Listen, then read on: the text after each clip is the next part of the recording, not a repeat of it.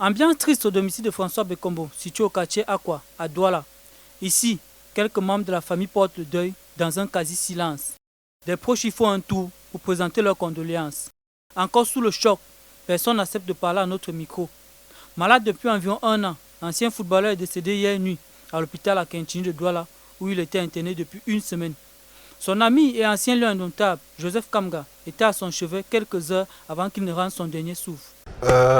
Je peux dire qu'il est mort entre mes mains parce que j'étais à l'hôpital ce jeudi, hier, de 15h à 17h.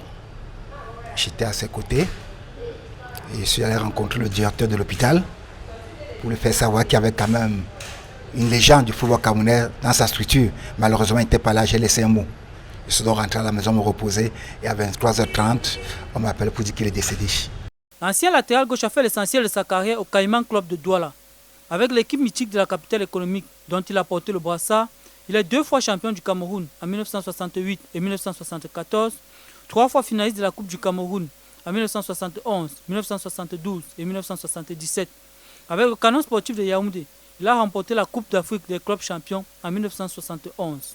L'ancien international camerounais a disputé les 2 premières CAN de l'histoire des Lions indomptables, à savoir Soudan 1970 et Cameroun 1972.